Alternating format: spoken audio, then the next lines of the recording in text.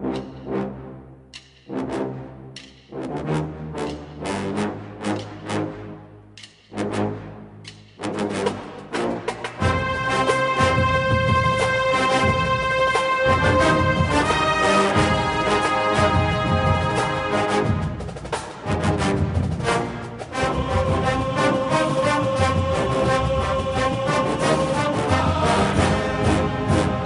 morning, Bucknutters, and welcome into the Morning Five on Friday, August 1st, 2014. I am Dave Biddle, joined by Steve Heuerman, and I cannot believe that it is already August. Summer is flying by as usual. Steve, the big news on Thursday was offensive lineman James Daniels picked Iowa over Ohio State. James Daniels, of course, is an Ohio State legacy. His father, LaShawn Daniels, played for the Buckeyes, was a starting offensive lineman in the late 90s under John Cooper. Not a huge surprise here. His brother plays for the Hawkeyes. The Hawkeyes have a great lineage of producing offensive linemen. Your take on James Daniels picking Iowa over Ohio State? Yeah, I was somewhat surprised. I mean, him living here in the state of Ohio, his dad played at Ohio State, was a teammate with Luke Fickell, and I just figured that James Daniels would probably follow in his dad's footsteps and play on the offensive line. I just don't know if there was a disconnect with Ed Warner, whether he truly wanted him or what the situation was, but at the end, he decided to go to Iowa where his brother is, and, it's not like Iowa doesn't have a great pedigree of producing offensive linemen either. I mean, it is a good offensive line school, so that makes sense at least in that terms, but yeah, I was kind of surprised he didn't end up signing with Ohio State. Band director Jon Waters, I have not addressed this on the show yet. Let's briefly address this. I'm just curious where you stand. The more that comes out, I have a problem with it. Before I get your take, I'll just throw my take out there. I was kind of on the fence because I see both sides of the argument. Here's my problem: the report from Ohio State included certain people's names that are in the band currently that used to be in the band, and they didn't interview those people. Furthermore, not only did they not interview those people are now refuting the report. They're basically saying Ohio State exaggerated or flat out lied. All of these people are in unison that Jon Waters did not deserve to get fired, and there's really a huge movement to get him his job back. I don't think that's going to happen. I don't think you can put the genie back in the bottle or whatever analogy you want to use at this point, but I do think Ohio State jumped the gun here, Steve. I think they should have tried to keep this in-house, give him another year to try and clean up what needed to be cleaned up, and I'm curious to get your take on the matter. Well, there's a lot of thoughts about it. I think, to be polite, it doesn't sound like the guy got completely due process, and that's a sad thing in this day and age that they've railroaded a good guy out of a job. It just seems a little quick or hasty on the trigger that this wasn't done in a more thorough manner to get everybody's story and everybody's side of this. And, on the other hand, this is a guy under his direction that in 3 or 4 years since he's taken over has made this band, a national story. I mean, they're on the Today Show, they're on an Apple iMac commercial or whatever, and it just, to me, it's very unfortunate. I mean, the routines that they were pulling off each week at the games was amazing.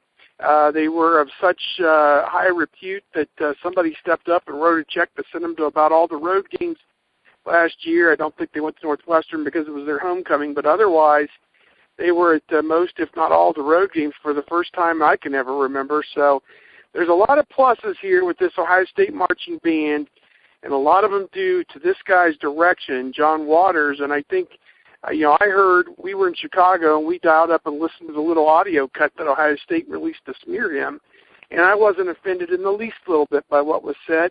And in fact, it sounded like they were disgruntled with the drum major who was giving them attitude and couldn't get things right. And sometimes you got to break a couple eggs to make an omelet. And these guys are adults, and I don't think the language that he heard was any different than what Urban Meyer or some of these guys are saying to the football players at times, other than the fact that they're on scholarship and that kid probably isn't. But yeah, I think this guy got a raw deal, and I hope they reconsider, and I hope that we get a positive conclusion out of this.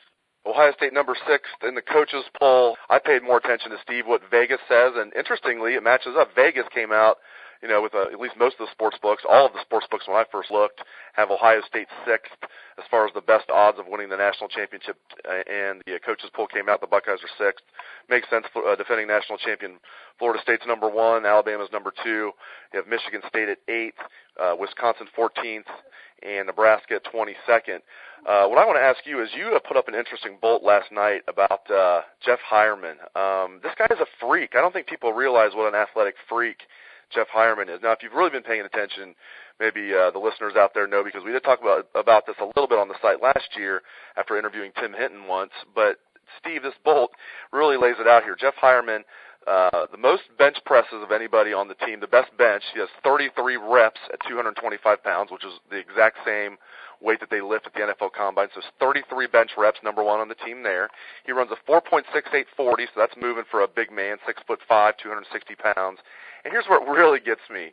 I can buy in that Jeff Heuerman has the best bench on the team. He's a fast guy for a big guy at 4.6 in the 40. Here's what really gets me. 2nd on the team in the vertical, 36.5-inch vertical leap.